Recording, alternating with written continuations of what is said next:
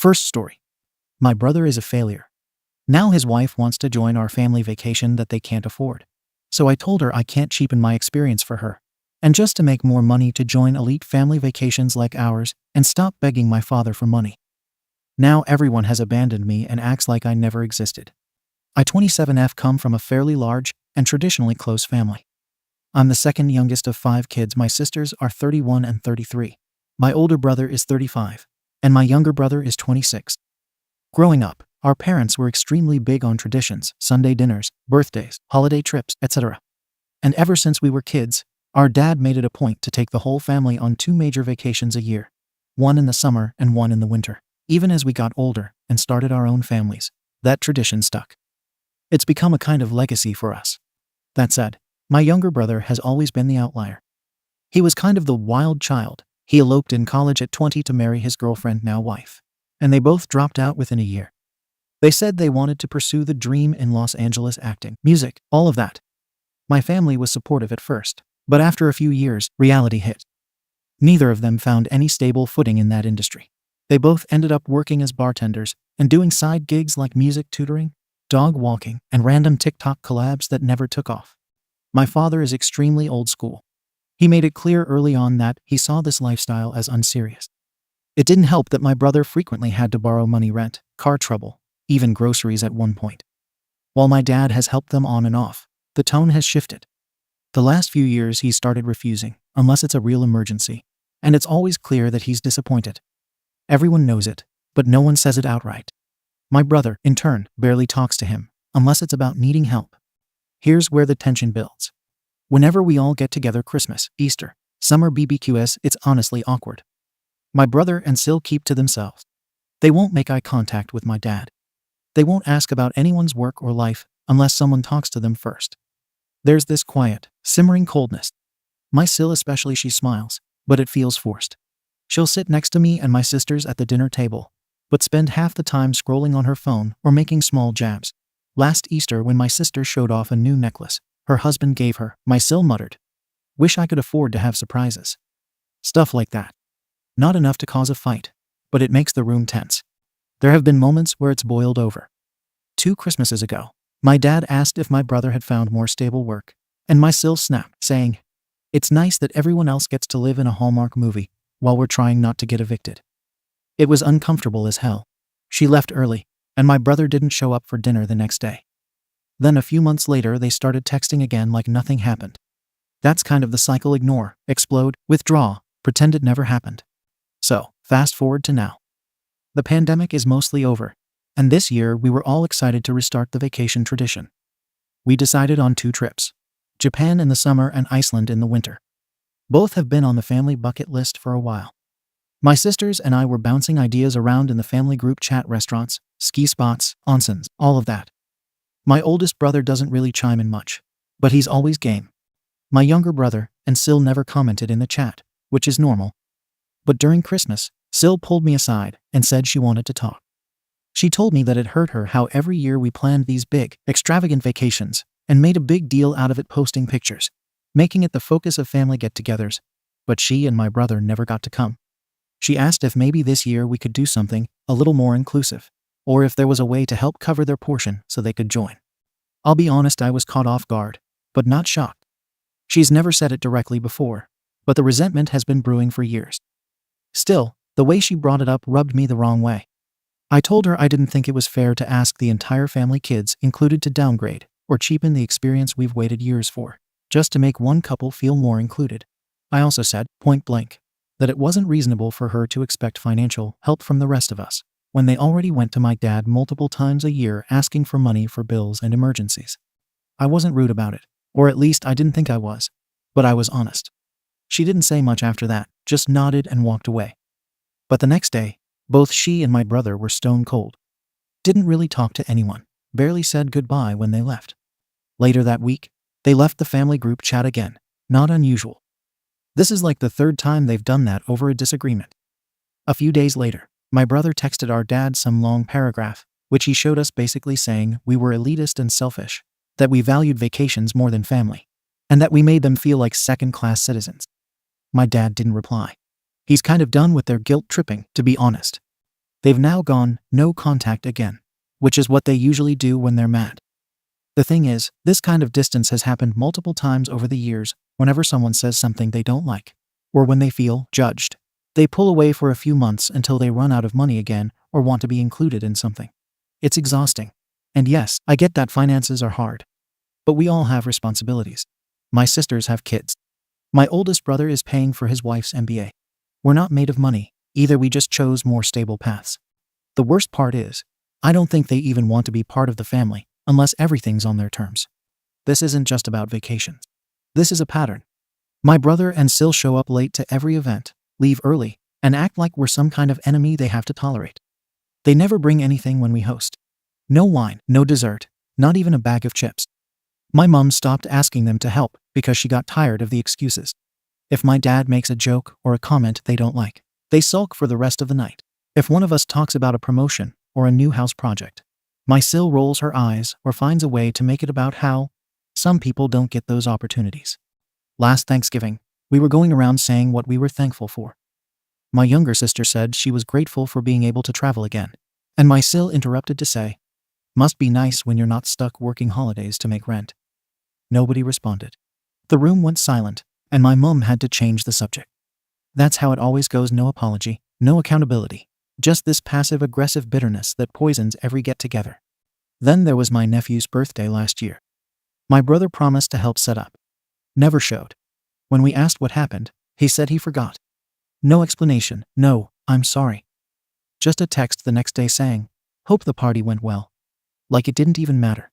So when Sil brought up the vacations, I wasn't just thinking about money or logistics, I was thinking about how this same energy shows up every single time. Why would I bend over backwards to include people who don't even want to be around us unless it benefits them? Why would I ask my kids to sleep in a 2-star hotel or miss out on activities we've saved for just so my brother and his wife who clearly don't enjoy our company can be there? What really gets me is that they frame everything as an attack.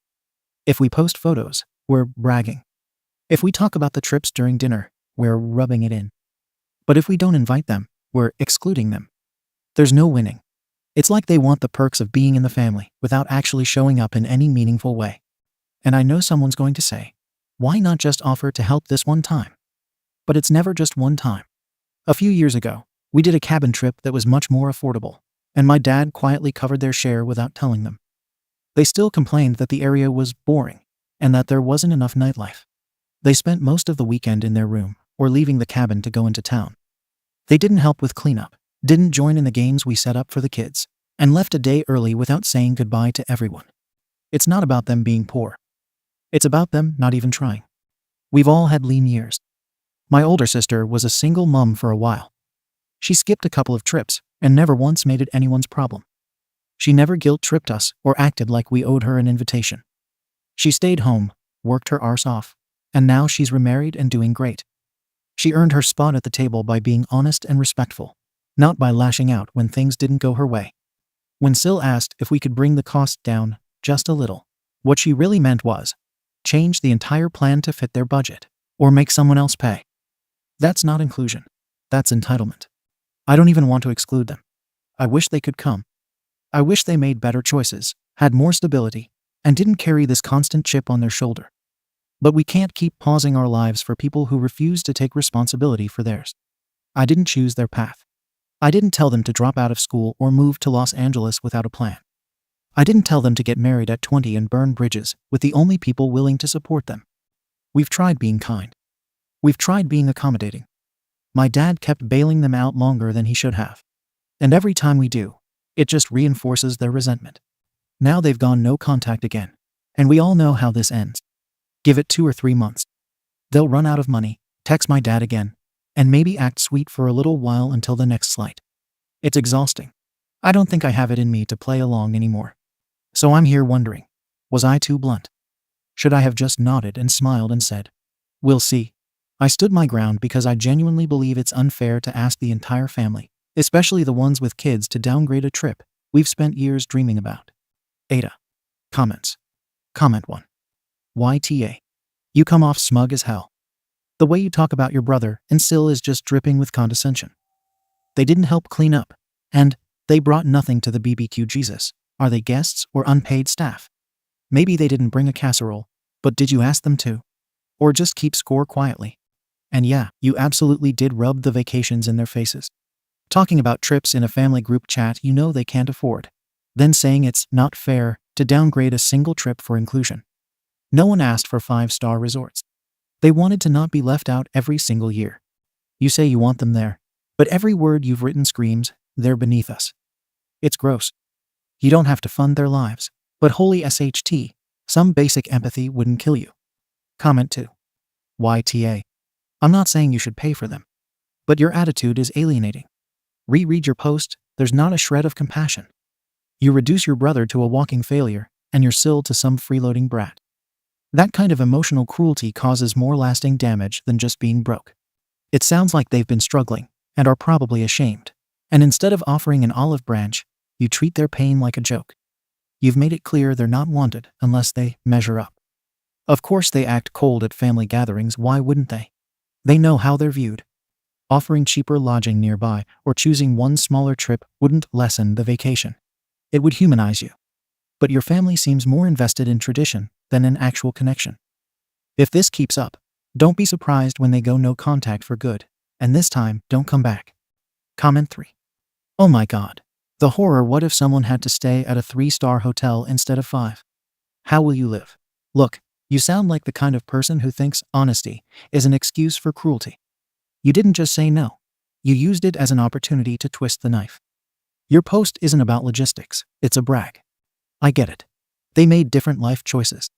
But damn, you and your family sound like you're constantly trying to remind them they're poor and unwelcome.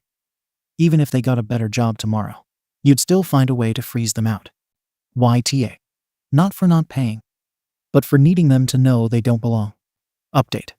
So it's been about 6 months since I posted. As expected, my brother and Sil never responded after their last tantrum. No apology. No contact.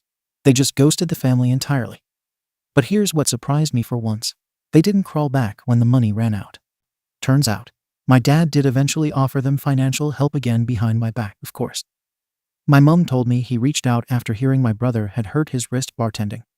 Apparently he couldn't work, and Sil's tutoring jobs weren't enough to keep up with rent. So my dad offered a couple $1,000 to help them get through the next few months.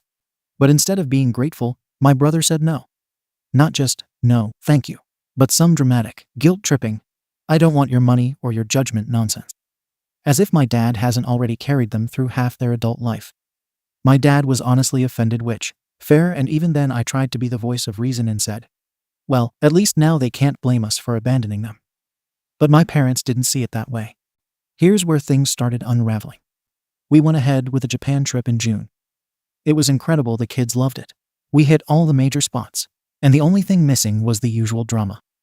No last-minute flaking, no whispering in the corners, no sulking. It felt clean. But of course, my mom spent half the trip making sad comments about how it would have been nice if all the kids were here. My oldest sister snapped back. They chose not to come, and that was that. But you could feel the tension. Then the kicker at the end of July. I find out my brother and Sil are expecting. And not from them. My aunt mentioned it at dinner like it was old news. Turns out they'd told a few relatives privately, but didn't include us or my parents. My mum was crushed. My dad pretended not to care, but I know he was furious. I wasn't surprised. This is what they do. Withhold information, act like victims, then play the "we weren't supported" card. I guess they're afraid we'll judge them for having a kid they can't afford. And I mean, we probably would have asked some hard questions, but at least we would have known. My Sil also posted some vague poetic caption on Instagram about family being what you build, not what you're born into, which was clearly about us. That's when I said enough is enough. So I planned a winter trip for just the people who actually want to be part of the family. Iceland, just like we'd planned. I didn't invite my brother or Sil, obviously, and I didn't feel bad about it. But then, out of nowhere, my 33-year-old sister backed out. Said she wasn't comfortable excluding them entirely, and felt like things were getting out of hand. I told her she was being dramatic, and that no one was banning them, they just weren't invited to this one specific trip, like they've skipped every other one anyway. She still didn't come. It pissed me off. We've all been on the same page about their behavior for years, and suddenly now it's a problem. She kept saying things like, we're going to regret this when the baby's born, and this family's falling apart. I think she's just trying to play peacekeeper, but it felt like a betrayal. Meanwhile, Syl's career magically started looking up, or at least she wants us to believe it. She landed some part-time gig at a private music academy. My dad said it's actually a respected place. I looked it up, it's fine, nothing special, but of course my mum started acting like Syl was suddenly some genius who just needed time to grow. Spare me. One job doesn't erase years of irresponsibility. And let's not pretend this school would have even looked at her if she wasn't in Los Angeles and hustling TikTok videos with kids. It's not talent. It's timing and luck. Now my sister, who skipped Iceland, is trying to arrange a neutral family dinner before the baby's born. She wants everyone to be there. I said I'd go if it's just dinner, no speeches, no apologies, no fake reconciliation hugs. I'm not doing the whole song and dance where they act like they're the wounded underdogs and we're the big bad rich siblings. My brother hasn't said a word to me in nearly 8 months. I could reach out, sure, but what's the point? He made his choice. He wants distance. Fine. But he doesn't get to come back later and say we didn't try. We did. For years. And now that we stopped bending over backwards, we're the villains. Honestly, the longer this goes on, the more it feels like we've already lost them. My parents are still hoping something changes when the baby arrives, but I'm not holding my breath. They'll either show up expecting a baby shower and help, which I'm not offering, or they'll keep everyone at arm's length and blame us for it. And you know what? I don't even care if that sounds cold anymore. I've bent. I've explained. I've tried. I'm not going to shrink myself just because my brother and his wife chose to live like struggling artists and can't handle the consequences. Everyone has hard years, but you don't get to punish the rest of the family for not sharing your burden. So that's where we are. One sister pulled back, another is stuck in the middle. My parents are confused and trying to play both sides. And I'm tired of pretending like this is a difference in values or miscommunication. It's not. It's resentment on their end and frustration on ours. And maybe it's just never going to get fixed. But at least the vacations are peaceful now. Let me know if you want a final post-baby update. I have a feeling that'll be its own drama. Comments. Comment 1. This whole post reads like a performance for people you hope will validate you. You're still obsessed with showing how much better your family is. But here's the thing emotionally. You're just as messy as you accuse them of being. You didn't just exclude them from a trip. You bragged about how peaceful it was without them. That's not about logistics or cost. That's emotional punishment. And then when your sister opted out to protest that, you turned her into the villain too. It's always someone else's fault when they don't want to play by your rules. Your brother and Syl made some dumb choices, sure, but they're not actively trying to hurt anyone.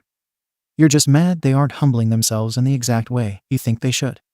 That's not accountability, it's power hunger dressed as moral superiority. Comment 2. You really think you're winning, huh? You cut your brother out, didn't get invited to their pregnancy announcement, and your sister skipped your precious Iceland trip. And somehow, you still think you're the one in control. Elmao. Nah, OP. They're just done playing the game. And that scares you. You don't know how to function if you're not center stage in some high-class family drama where you always get the final word. Your whole post is just a long, bitter Yelp review of your own family. 1-star brother didn't grovel. Syl didn't clap when I booked a 5-star hotel. Sister didn't show up for the trip I planned to prove I was right. You're not the sane one here. You're the one screaming into the void because the people you wrote off stopped caring. Comment 3. Jesus, OP, this update made my jaw clench. You don't want reconciliation. You want obedience. The second someone doesn't grovel for an invite or beg for approval, you double down harder. Your brother said no to alone, not even a handout, and instead of having an ounce of respect for the boundary, you act like he insulted your father's honor. Declining money doesn't equal guilt tripping. It sounds like he's just tired of the strings attached. You keep talking about being exhausted from their drama, but you're the one reciting a spreadsheet of all their past sins and who brought what to which BBQ. Let it go. They don't want to live your lifestyle. They're building their own. Stop trying to control the narrative just because it doesn't revolve around you anymore. Update. So, the baby was born. We didn't find out from them. We found out because Syl posted a carousel on Instagram 2 days later with the caption, "He's here surrounded by love and family." My mum saw it first. She thought maybe she had missed a text. We checked, no missed calls, no messages, nothing. It was intentional. She didn't even say the baby's name in the post. Just photos. My brother holding him, Syl's mum and sisters with matching auntie shirts, balloons, and a little welcome home sign in the background. Nothing for us. No tag, no group text. Just a public post like we're strangers. My mum cried. Like, really cried. She said, "That's my first grandchild born this decade, and I didn't even get a phone call." My dad stayed quiet most of the night, but later I caught him watching a video on Facebook. It was Syl's family singing to the baby, and my brother was there laughing with them like everything was fine. I didn't say anything then, but I felt sick. I know people online said I was being cold or controlling, but I never thought we would be the ones excluded. After everything we did to keep traditions alive. After all the times we invited them to family trips, dinners, and holidays, even if they acted above it. And now we're the ones who don't even get told the baby's name. And no, I'm not going to apologize for still going on vacations. Some people asked in my original post why we couldn't just plan a cheaper domestic trip so they could join. First of all, we do domestic. Every Thanksgiving and Christmas, we get together at my parents' beach house. That's already 2 domestic trips a year. And second, most of us work corporate jobs. We don't get unlimited PTO. If we're going to take time off, we're going to use it for places we've dreamed of seeing. Not Yosemite. Not glamping. That's not our thing. And I don't see why we have to downgrade, because Syl chose a lifestyle that doesn't pay the bills. But of course, now we're the bad guys. We went to Greece with my husband's family this summer. Next winter, we're going to Scotland with his cousins.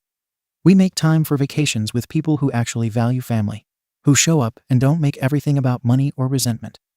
I thought I had that with my family. But one by one, they're falling away. At a cousin's baby shower last month, one of my aunts pulled me aside and asked if I'd reached out to my brother yet. I said no. They made their position clear. She gave me this look like I was the problem and said, "You guys always made him feel like he didn't belong. You're just making it worse." She said we were elitist. That word's been thrown around a lot lately, and it pisses me off. Since when is wanting a good life for yourself and your kids elitist? We all worked our arses off to be where we are. Just because he took a different path doesn't mean we owe him a blank check and a round of applause. What stings the most, though, is seeing Syl's family be the ones who get to be there for everything. Her mum posted, "Our first grandbaby, loved beyond words," with a photo of her holding him in the hospital. Her sisters posted group photos from a welcome baby party they threw for them. Matching outfits. Handmade gifts. A custom onesie with the baby's name, which is how I finally found out what it was. And we weren't invited. Not even told. Then I find out my sister, the one who skipped Iceland, FaceTimed them a few weeks ago.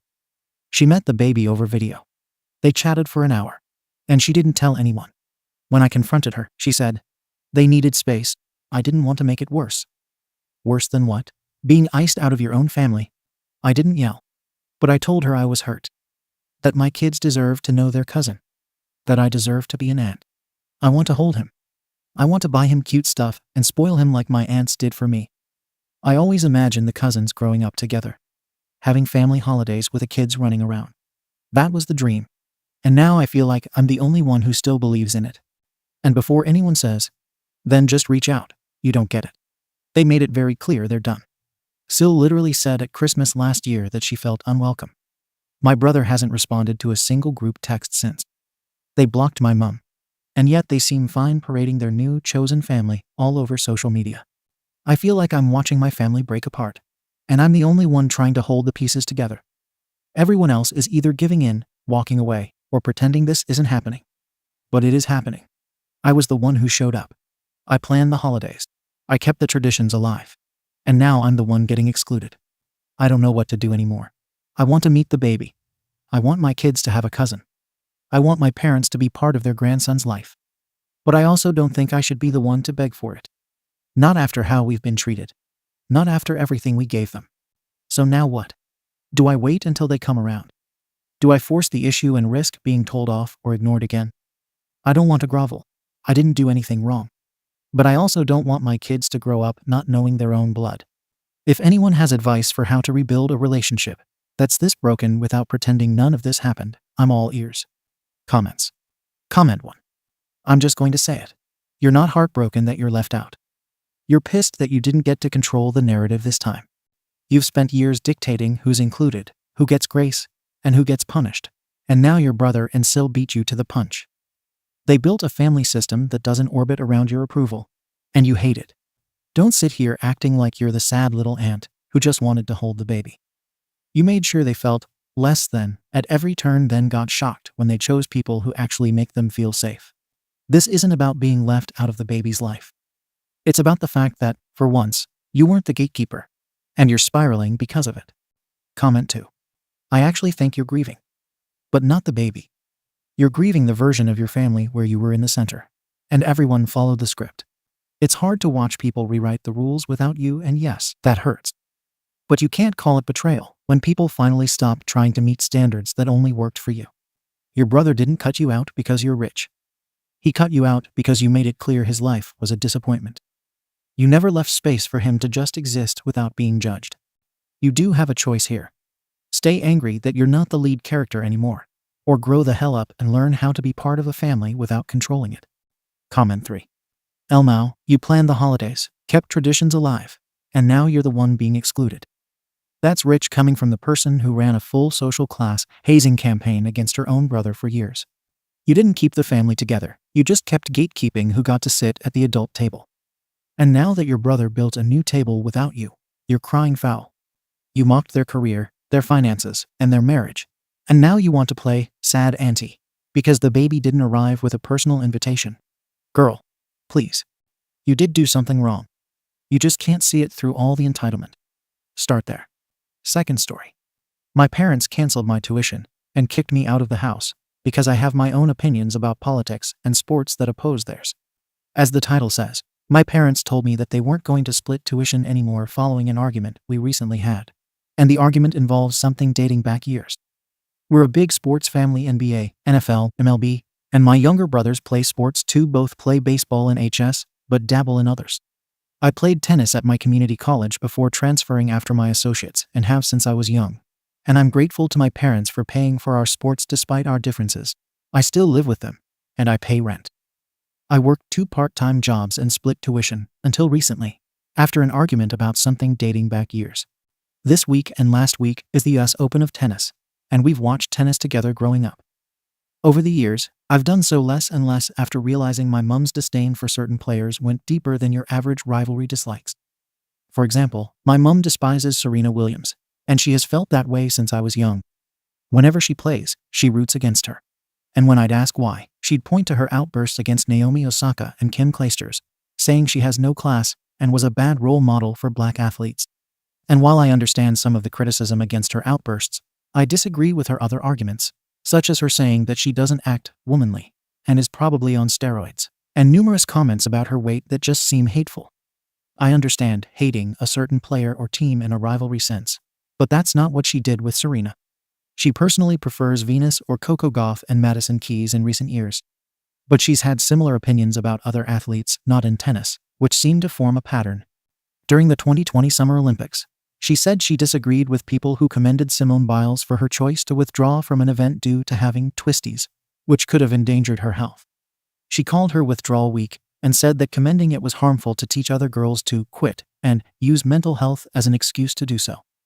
She said that mental health was thrown around too much as an excuse to get out of facing challenges. And that's just one of her many takes I disagree with. She's had other opinions, including some about the 2024 Olympic boxing match, where Karini withdrew from her match. And I refused to talk politics with her too.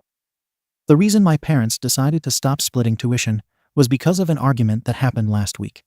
My parents asked me if I wanted to attend the US Open, as they were purchasing grounds passes. And as I've done in recent years, I declined. That led to them asking why I don't do as much with the family anymore, like watching sports or going to sporting events or eating in my room if they are. And they've often harped on me for not acting like part of the family, as I've stopped watching things with them over the years. I decided to speak my mind instead of coming up with an excuse, and told them that I was tired of watching sports together because it had become annoying. I hate how Mom says certain athletes are good or bad role models for black people, while bringing her political bias into it.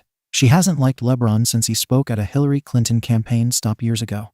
And it took the joy out of watching sports together years ago. They temporarily stopped watching basketball in the Disney bubble when the NBA put BLM on the courts in 2020.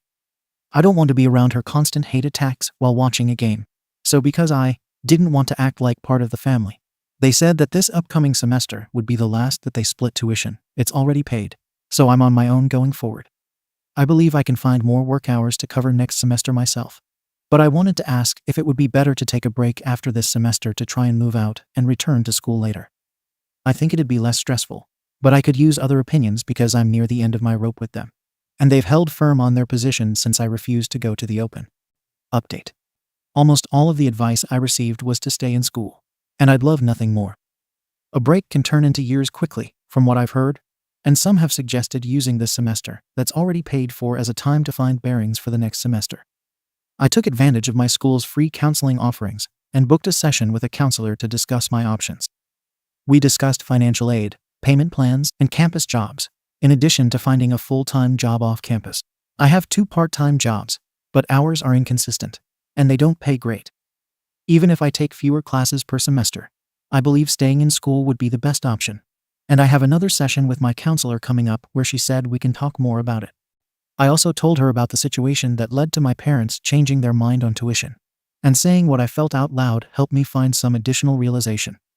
According to my counselor, I internalized a lot of it because my parents weren't receptive. So talking to her was therapeutic in a way.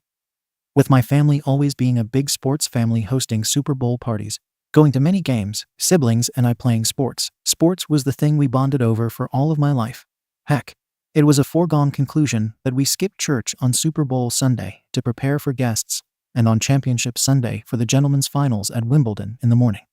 But somewhere along the way, it became less fun to watch sports with them due to the things I mentioned in my previous post. Mom more so than Dad, but he has his moments and agrees with her stances, began infusing her political beliefs into sports and other areas, and it tainted the very thing our family bonded over. Sports is often an escape from work and stress, something that people on both sides of the political aisle can come together over and cheer for the same team at a stadium or party. Ignorant bliss plays a role in that, of course, but as humans, I believe it's important to come together to find community, and sports is one of the most common ways to do so despite our differences. But when those differences caused my parents to decide to walk back their agreement to split tuition, it hurt because it felt like I was being punished for my different opinion. I love sports because it brings people together in a world where it's so hard to do so genuinely. At one of my retail jobs, our managers have huddles with team members with cheesy slogans, monthly themes, and team-building activities that coworkers laugh at once the huddle ends and criticize for being fake enthusiasm. But sports unifies people like nothing else, and I'm sad that watching sports became tainted over the years at home. The only time sports isn't tainted in my family is when we go to my siblings' games to cheer them on. And that's because no politics are involved. Every family has their own thing, and I've seen many at church when I used to go. From musical families at church who have members in the choir or orchestra to missionary families who travel together. Every family has things they bond over, and sports began to change in our family because it became less fun to watch with Mom and Dad. I'd love to move out sooner rather than later, but I'm weighing all of my options. Staying in school remains the priority, and I hope I'm able to find more work soon. I'm glad to have found a nice counselor who has options such as payment plans, though. The payment plan is the one I'm hoping to utilize. Update. So, I decided to take next semester off after finishing my current fall semester because of a recent conversation with my parents, but I'll get to that in a second. I somehow forgot to clarify that my mom is black, which would have provided a lot more perspective on my first post. A lot of people DM'd me to ask, which made me realize. So with that out of the way, I'll get to what happened. At the suggestion of my counselor, I decided to reach out to a relative for support to have someone on my side. And that relative was understanding and offered to help with tuition since my parents wouldn't. But they also decided to call my parents without telling me to give them a piece of their mind. And that led to another argument. My parents didn't appreciate me going outside of the family, and said it furthered their point about how I wasn't acting like a part of the family. So, they suggested that I start looking for my own place by the end of the semester because I was disrespectful.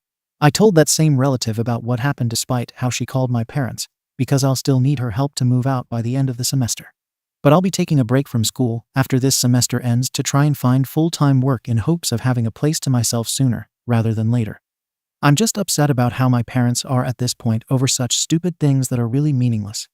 I fully understand respect that I'm living in my parents' home and have no right to tell them what to do in it. But when I decide to not go to the US Open or other sporting events in the past or sit at the dinner table when they're watching clips or opinionist podcasts about their favorite president, I'm apparently being disrespectful. I always sit down at the dinner table when we're not watching politics and Mom's not on one of her tangents. But there used to be a rule in our home about not watching TV at the dinner table, because that's where we'd talk about each other's day.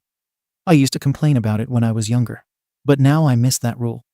It just sucks that choosing not to engage in political conversations is somehow being disrespectful and not a part of the family. But I'm not surprised, to be fully honest. I've kind of gotten used to leaving the room or staying silent whenever Mum goes off on her tangents in recent years. The NBA BLM jersey court was 5 years ago in 2020, and I refused to entertain her opinion then when I was 16. Her racial remarks towards Serena go back over a decade. And while I don't support Serena's tantrums and threats she made towards an official once, it's no excuse to make such remarks towards her. Simone Biles faced similar remarks from my mum more recently during the 2020 Olympics, along with LeBron over the years too. So when I've chosen not to watch sports with her for years now, I suppose she finally reached her breaking point because being silent is not being part of the family. If anything, I'm curious to see what life would be like without having to tiptoe around them 24/7. So I've already started applying for full-time work because being around them is emotionally draining. Thank you for watching the video. If you are interested in listening to these kinds of stories, we've got more in store for you. Simply subscribe to our channel, hit the like button, and share it with your friends.